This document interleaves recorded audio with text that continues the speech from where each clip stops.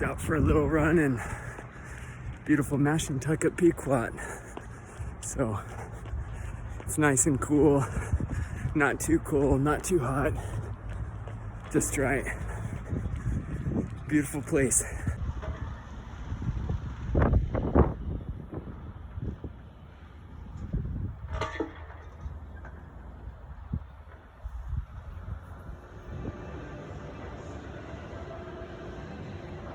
Hey, good morning. It's day 2 in the Pequot Nation. I had a chance to go run. It was nice and cool. Wasn't hot, wasn't Anchorage, Alaska cold. So it was just right. It was a little chilled, but made me feel alive and invigorated, and just a beautiful place to run in. Lots of trees, and pretty much just stayed kind of on the Foxwoods Plaza area, but just felt good to get out and run. I'm still a couple hours ahead of my normal time, but I like the early morning, so beautiful chance to get out and breathe some fresh air, really fresh air it felt like. So yesterday was able to see some beautiful things just driving around. I stopped at a baseball field, was able to see the baseball field, which I love. Great view, and just fun seeing a baseball field, something I love. Yesterday we decided to move the screening of the film and push it till after the powwow tonight, where there'll be a lot of people in town, a lot of people at the museum, and I'll just transition once the powwow's over, tentatively around 3, that around 4 o'clock we're gonna start the movie, and so that should be fun. It's such a beautiful theater. It's DCP, which is high quality. Same thing you're seeing, same format you're seeing, Hollywood movies on in that format. And so it's just a great projection and a pretty unique venue that will play the film. The screen is huge. I saw some behind the scenes photos of when they were building it. They actually had to move a bunch of seats and move a lift in and get up and build this scene, this screen, with all these planks and wood, and then put this fancy screen material on it. And I guess it has something in that vacuums and tightens it and keeps it at a certain stretchy ability when the film's playing. So that'll be fun to see. I'm excited. I get to represent Bushmasters 114, which is American Legion post that I'm a part of back in Salt River, Scottsdale, Arizona. And so I get to don the uniform and go and participate in the powwow and some of the veteran events that are going on here in Pequot. So I'm feeling honored to be able to do that and look forward to that. It's always a good day and get out with some other veterans and others that have served, and just to kind of reflect and remember all those that have went before us to help us be where we're at with the work that has been done in the past that benefits all of us today, with the important blessing of freedom. And so I'm honored to go and see how that goes, and I imagine there's going to be a big turnout. It's an annual powwow. I don't know how many years it's been going on. The museum, I get to go and check that out a little bit more today. I'm excited for that. They have an auditorium of flags of 73 tribes that they have. Just looking at each one of those flags, seeing where it's from, seeing if I recognize it, and others that I don't recognize or don't know that I get to look up and see. And part of my mind and dream is to go and continue to visit new tribal nations, sovereign nations throughout the United States, just to start there, and then once we're there, we'll see what happens. But I'm loving the journey that I've been blessed to be on with this film, Touch the Water. It's been to, around almost 20 places, I think, now that we've had these VIP screenings. The first time I've been in Pequot, and very excited to show the film here tonight, and hope it's a real positive reaction as it has had in all the other places that we've screened it, and looking forward to new places that we can go. Hopefully there's tribal members from other areas that are at this powwow today that I hope to connect with, and maybe get some leads and some introductions into some of the other sovereign nations that are here on the East Coast. Just being a human to connect and learn and understand and give and receive, and all those interactions we'll have that are positive and a win-win-win for everybody involved. So I'm excited for the day. I felt that as I ran this morning. I was a little groggy, still kind of not quite in the rhythm of sleep yet. I don't know if I've had that for a few months anyway, a few years with a little 2-year-old. But feeling that after getting out and kind of moving the physical body and connecting with your mental and your spiritual and all those elements of our soul, or however we look at that vessel that each one of us is, to be able to like feel, okay, that run was good, feeling the cold was good, did some prayer and some scripture study this morning, and just feel like, okay, things are good, and honoring God, my Heavenly Father, that today is a blessed day already that's just starting out. So see how it turns out. Take one step at a time, do the work, keep moving forward, remember the past to push you forward. And just was reflecting too on my grandparents this morning that have passed on, and especially my thoughts of my grandmother, Melba Ward, my grandma Ward, that she passed away when I was real little, 5 or 6, somewhere in there. But I still remember bits and pieces, and main thing I remember is I just know that she loved me. And, as my grandmother, as my elder, I miss her.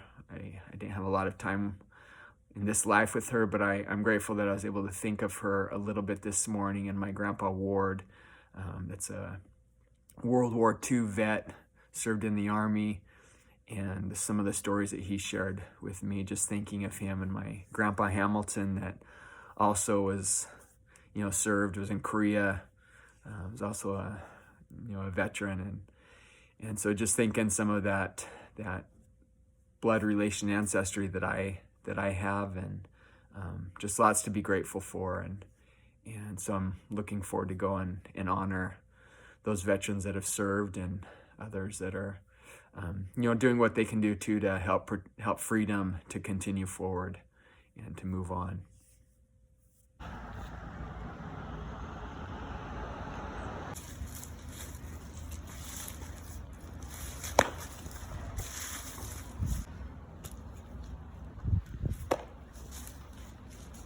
It's one of the coolest things I've seen today. Two brothers playing baseball and lacrosse. One had a glove and one had a lacrosse stick, and we're throwing a ball back and forth. So makes me, I don't know why, but makes me so happy to see that. So smart kids. On the reservation. There's one that's supposed to be somewhat strenuous, I think.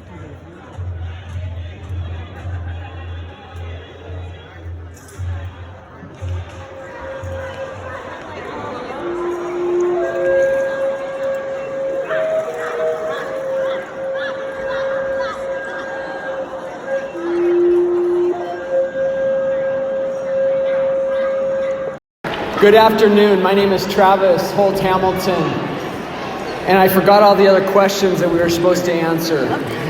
Just kidding. I grew up, born and raised in Twin Falls, Idaho. Not Iowa, Idaho, way out on the west coast, whichever way it is here. I'm currently living in Arizona, based in Mesa. That's where my wife's from, and it's an honor to be here.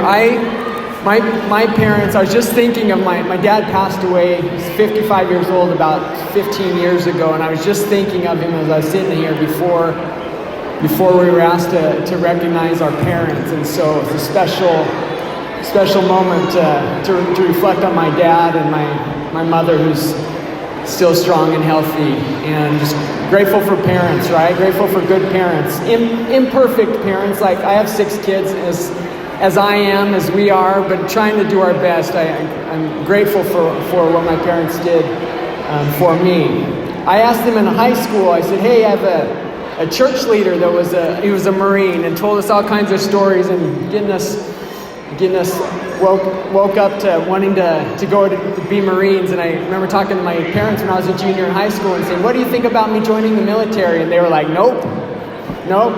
My dad was like, I was a Vietnam era, I was on the draft, I didn't go, but you're not going to the military. And I said, okay, I'll respect my parents, and I did. And I ended up serving a mission for my church for 2 years. When I returned home, 21 years old, 22, I had that feeling within my heart and my soul that I needed to serve. And so I went and saw a recruiter and ended up joining the Army. It was actually the National Guard, Army National Guard.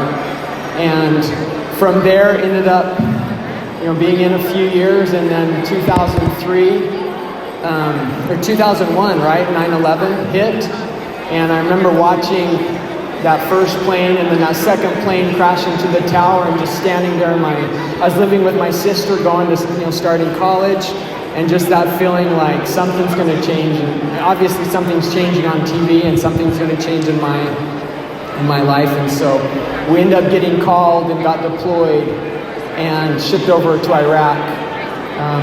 It was 2003, 2004, it's 15 months deployed.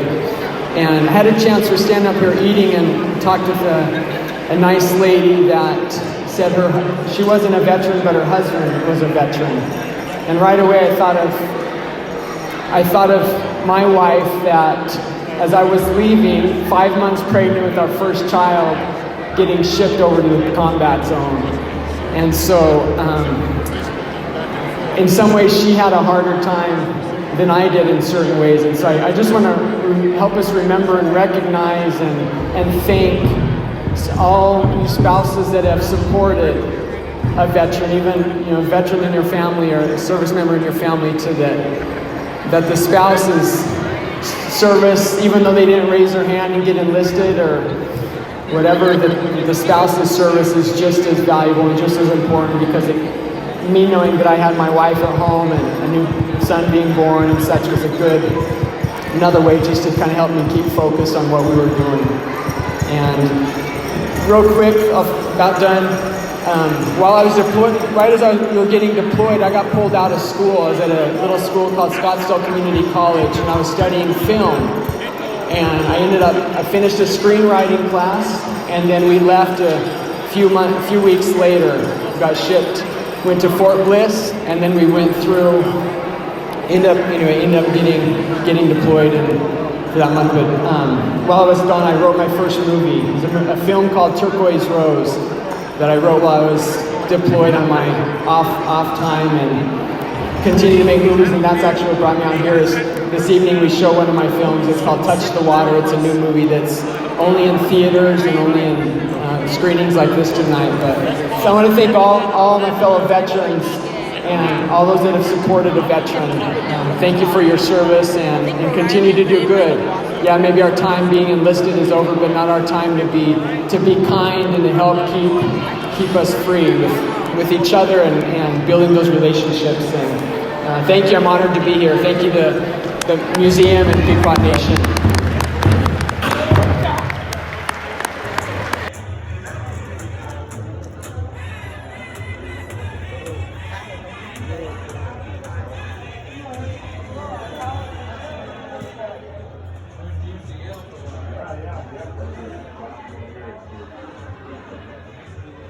Hi, my name is Cheryl Shenandoah.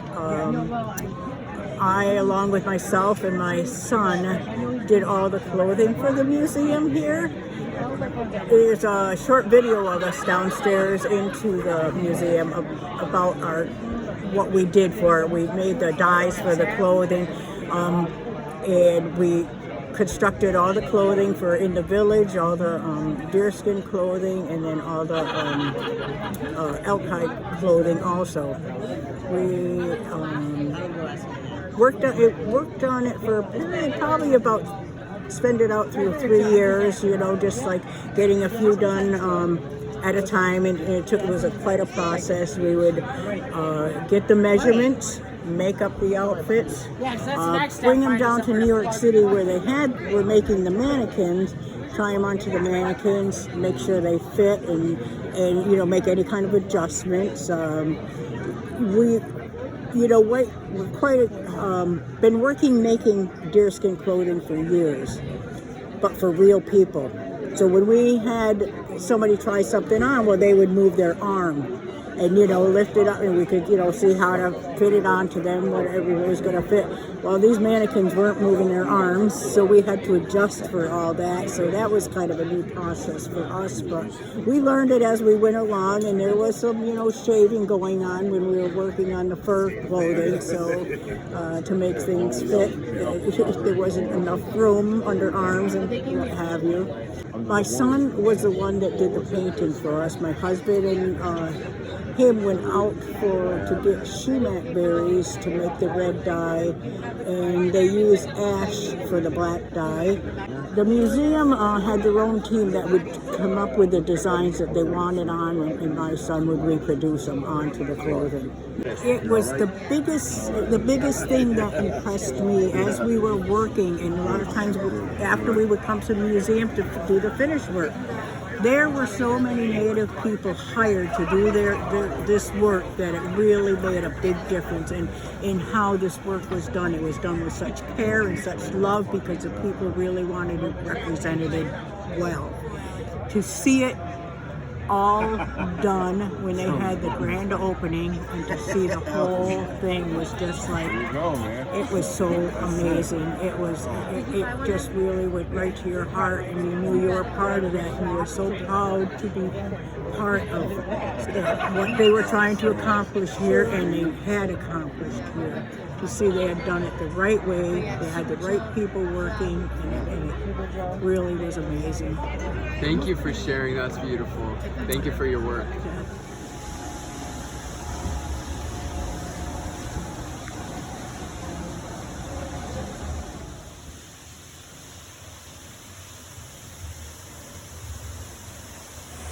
I think this museum is better than Disneyland. This is pretty incredible.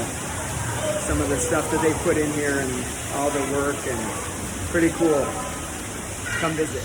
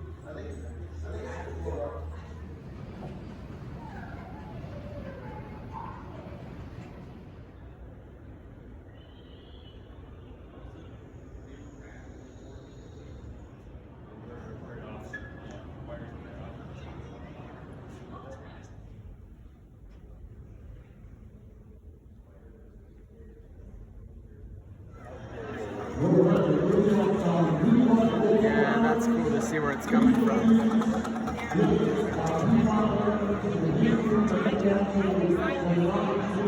So end of day 2, just about. Powwow's wrapped up. People are headed home. Getting the movies playing downstairs in this amazing theater. It's probably about 15-20 minutes in so far. And I was able to take a tour this afternoon, which was incredible. So much bigger than even it looks outside when you get down and it's walking, like all this underground stuff. There's numerous levels, and then the quality of the craftsmanship of making the outfits and the designs and the structures and everything just blows my mind. It's high quality, very well done. I don't even know how you make stuff look that good. The people themselves looked so human. The skin, something looked real, very, very real. Yeah, I was looking a few times, just looking at a couple, waiting for them to like look at me and such. But it's been a beautiful, beautiful trip. So the movie will finish, and then we'll do a question and answer, and then that kind of wraps up the journey here to Pequot.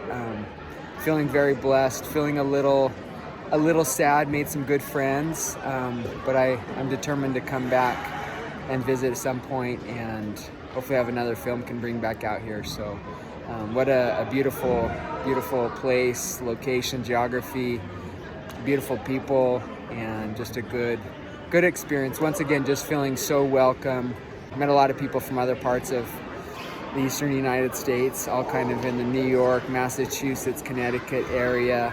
I didn't realize some of the places from here, Brooklyn, like a couple of hours, like everything is so much more close than I would even have thought looking at a map.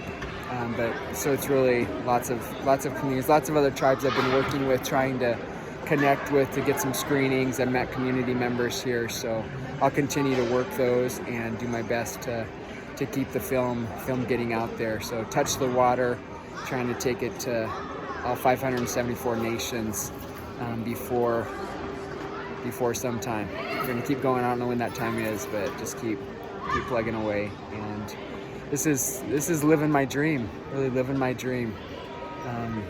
The only thing I think could have been better about this trip is to have some of my family with me. Other than that, this is what I've dreamed about for years and years and years, ever since even a little child, is being a native country. And so it's good. And today was nice, mixing in some of the veteran background that I have and connecting with other veterans, and just so you see other veterans, those that are in your same branch of service or other services that are just as important or maybe more important in some ways, that connection that's there. You see somebody that's been through it, and there's just kind of that understanding of each other. And I know experiences may be different where we served or how we served, but there's still just that heartfelt, genuine connection. And so it was honored to be one of 3 people that were able to share a bit of their story from the mic, and also was able to be in the color guard. So I was able to represent American Legion Post 114 out of Scottsdale, Arizona.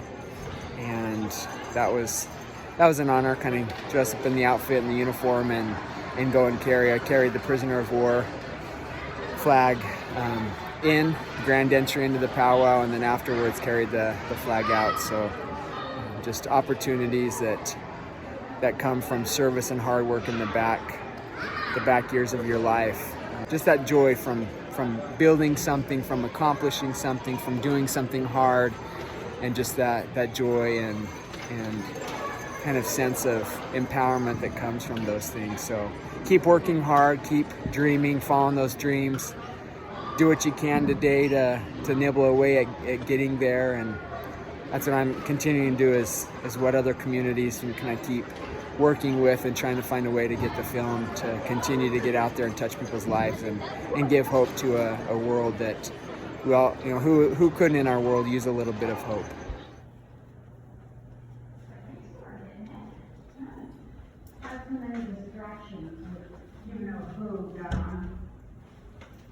How is Melinda? I haven't heard from her. Hey, come on into the projection room and see where the movie's playing. Love looking out through the little window and seeing the film on the big screen from back in here. In the truck?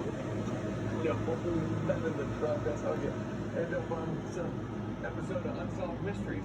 If I can get the back door, scoot over. My name is Peter Santos, and I currently live in Mesa, Connecticut. And this story really spoke to me because, well, first off, this was a resilient character who was just so determined to just pursue a dream that really represented her youth, that represented her sense of healing and strength. And in the case of this character, of course, she was an elderly woman in whom, for much of the story, her daughter underestimated her. Most of people beyond that of her, in the threshold of her environment with other elderly, her friends and the man who was an intern that helped her out and helped all of these other seniors at the senior center, really believed in her and pushed her. Because you see, what's important for those of us who really have the resiliency and the drive to pursue a significant dream is that sometimes it's hard for some of us to help ourselves completely. We need a team. We need we need someone out there in the ether, or someone in our immediate lives to assist us as we go. and to root for us and to do what they can to continue the journey to accomplish what we believe. And another part of the story is that what we have to comprehend more than ever is that we need to take care of our elders, we need to believe in our elders, we need to listen to our elders, and learn the lessons that they internalize throughout their lives. For me, the ocean in this film represents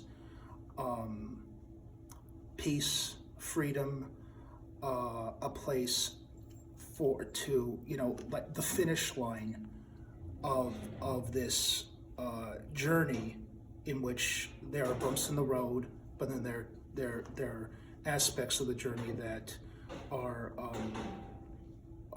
that are easy to overcome.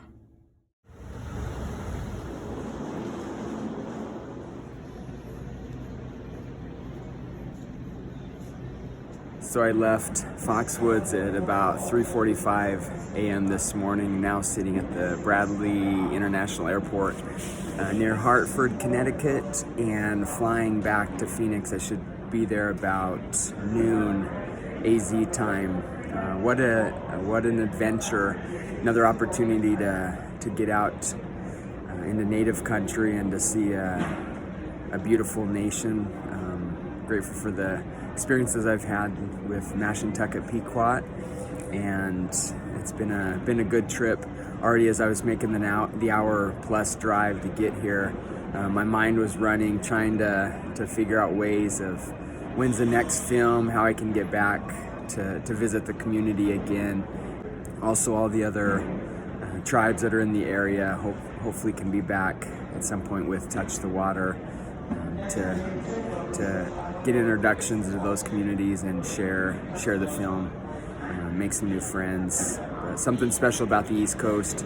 It's very different and foreign than what I'm sort of used to in Arizona and Idaho, and something special that I kind of crave of having some differences in things that I'm just not really used to, with loving all the trees and being close to the ocean, and just a little different pace of life in some ways not. So just lots of opportunities, and actually bought a book.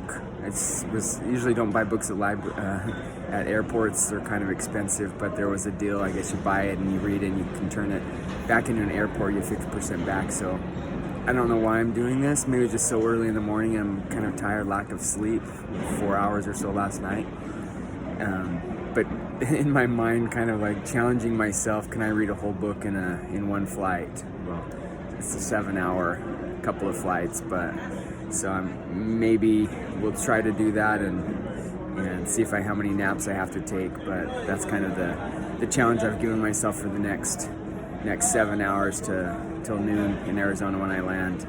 So thanks for following the journey, and hopefully we'll be back doing this soon. Have some other communities coming up that are scheduled, probably 4 or 5 that are scheduled for the rest of the year, and talking with lots of other tribes as well. So keep going, keep pushing, keep taking those next steps you can to follow your dreams and control what you can control, and leave the rest in God's hands, and keep believing, keep moving forward.